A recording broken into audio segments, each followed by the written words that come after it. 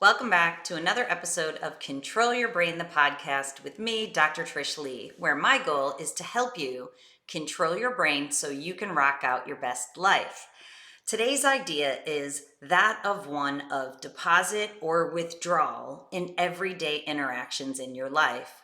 So, in this episode, we're going to talk about our main idea and, of course, how it relates to brain performance and brain performance patterns. Then, we're going to give you your Gestalt exercise for the day, which is a way that you can connect your mind, your brain, and your body synergistically to go into the world in a new, really important, intentional way.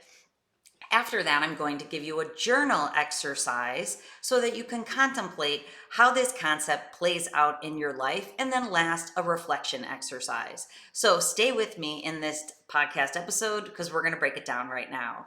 So again, the idea for today is deposit or withdrawal.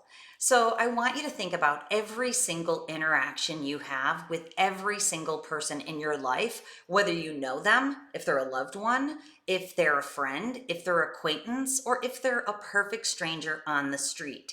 Every single personal interaction that you have is an opportunity for you to deposit into that person's account and your own account, or unfortunately, you can also take that opportunity to withdraw from that person's account, which inherently withdraws from your account too.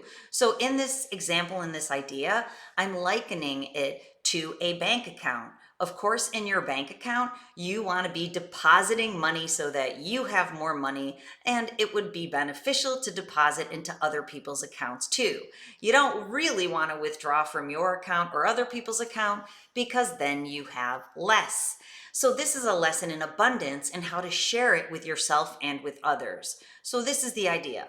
So when you are sharing and you're depositing into your interactional account, what it does is every time you do it, it trains your brain and it inches your brain, rewires your brain back towards the optimal mode, the green zone of calm focus.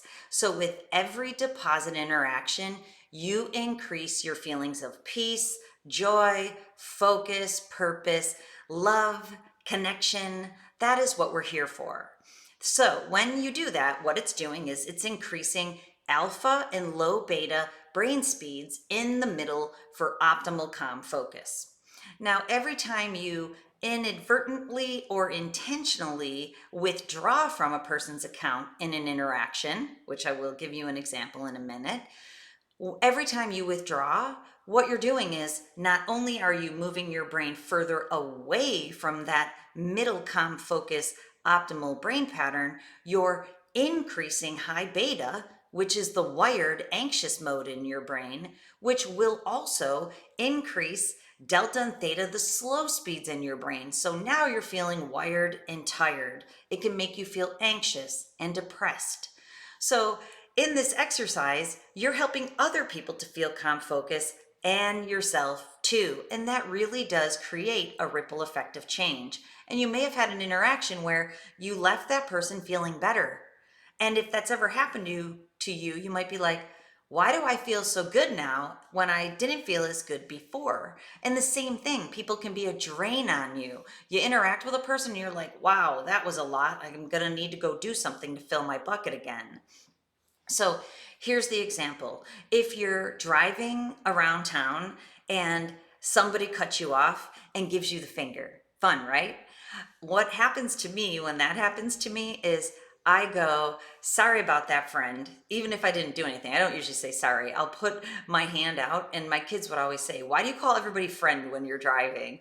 And it's really like if that person is so upset, even though I really was just driving, that person is in a state. So I need to send them a deposit, not a withdrawal, by counteracting the unkindness that they sent me.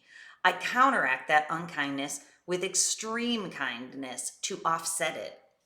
Now, that's an example of how you can respond, not react, to something negative that has happened to you. But you can just pay it forward, as they say, where when you go into the world, you intentionally tell someone that you like their outfit. That's a deposit. You look beautiful today. Deposit. That person feels good and you feel good because you shared the kindness. Or if your husband has been working on something and around the house, take notice of it and say, thank you for doing that. I really appreciate that. My husband's always doing kind things for me. When I wake up, which he's been waking up before me these days, he always has like my coffee cup ready and he'll say, let me get you a cup of coffee. And he'll make me a cup of coffee first thing in the morning. Such a deposit right out of the gates. And then, when he comes home, I cook food in our house most of the time. Unless it's eggs, he will cook eggs. When he comes home, I have dinner made for him every night. That's a deposit. He's like, thanks so much. I really appreciate you, having food ready for me when I get home. Deposit. We try to deposit into each other's accounts as much as possible. And if we feel a withdrawal, we will either share the kindness with the other or just take myself out of that situation so that I can't accept the withdrawal. You don't have to accept somebody's unkindness if they're trying to dish it up. A lot of times people dish up unkindnesses because they don't feel well. They're dysregulated in the first place. Okay, so that's the idea and how it relates to brain performance. So here's your Gestalt exercise for the day. Gestalt means you connect your brain function, your mind, and your body, and synergistically you can start to own these ideas and actually start practicing them. So today, deposit into someone's account. You can just do it out of the blind so that it's not a response yet, because that one does take a little bit more of the brain muscle, but go out of your way to share a kindness. Give someone a compliment, look for the good, and then recognize it for yourself and the other person. Deposit into both accounts. If you feel yourself going to withdraw, stop. Recognize that is a withdrawal, and not only is it not good for the other person, it's not good for you. If you have the opportunity to respond with a deposit instead of a withdrawal when there is an unkindness, go for it. You will feel the difference and you will feel how difficult it is for you to do if you've not done that before. So give that a whirl. Now let's move on to your journal exercise for the day. In your journal, I would like you to take 5 minutes. These activities should take you 5 to 10 minutes max. Take 5 minutes to think about the interactions that you have that feel like withdrawals to you. Because next level stuff is going into a withdrawal situation and changing it. So recognize when you withdraw from people's accounts and write down how you're going to deposit instead. Or think of times when people withdraw from you and how you're going to change that into a blocking the withdrawal, not engaging in it, or changing it to a deposit. So I have another story here. My beautiful daughter, Saoirse, who's absolutely gorgeous. She's gorgeous. She told me that, she'll compliment other people's hair or their outfits at school. She's like, it's really wild because people won't accept my compliment, or sometimes they're nasty. And I'm like, oh, babe, I'm sorry to hear that is happening to you. And she's like, it doesn't bother me.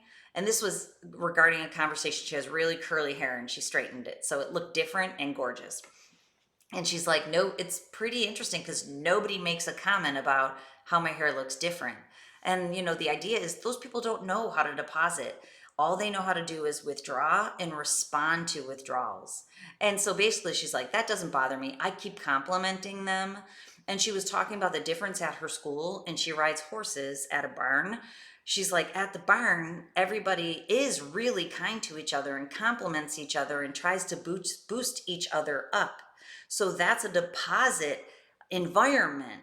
And she's like, at school, nobody does that, and they'll actually try to pull you down. So she was bringing up the very difference between a deposit environment and a withdrawal environment, and how different it felt to her and how much more difficult it was to deposit in the withdrawal environment. Write that down so you can figure out where are some of your deposit environments, and is it easier for you? Maybe you don't have a deposit environment. And I know I have very intentionally taken the last 15 years, I'm not even kidding, 15 years to change my home from a withdrawal environment to a deposit environment because I grew up in a withdrawal environment. Sorry, fam, if you're listening. The withdrawal environment is, passive aggressive, low key digs. What would happen in my family is people would be like, "Are you sure you deserve that?" And over time, I'm like, "Hell yeah, I deserve that because I'm working my booty off very intentionally and purposefully, and I'm tapped in." So, yeah, I deserve it, even if you don't think I deserve whatever goodness and abundance is coming to me. So, you might be in a withdrawal environment.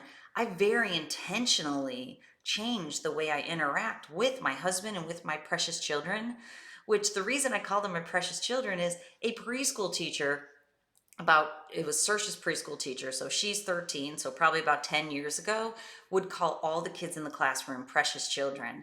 And before that, I would call the kids like ankle biters, or it had whatever I would say to them, it would have a negative connotation. I would say it out loud about how they were so much work for me, which they were, 5 babies. But when I changed it to "You're my precious children," it's really cute because now everybody thinks of themselves as precious, not as a time and energy drain. Big time withdrawal to deposit shift. Look for those things that you can do in your home, your work, and your environments. Okay, do that in your journal and then reflect upon it and see where you're at. Are you mostly in a withdrawal environment? How can you make it a deposit? It will make all the difference on your brain performance pattern so that you can move through the world differently. This is how we level up. This is how we create the life that we want, authentic living. And when we do that, guess what happens? It optimizes our brain performance pattern and makes everything easier, everything more enjoyable. It helps you to control your brain.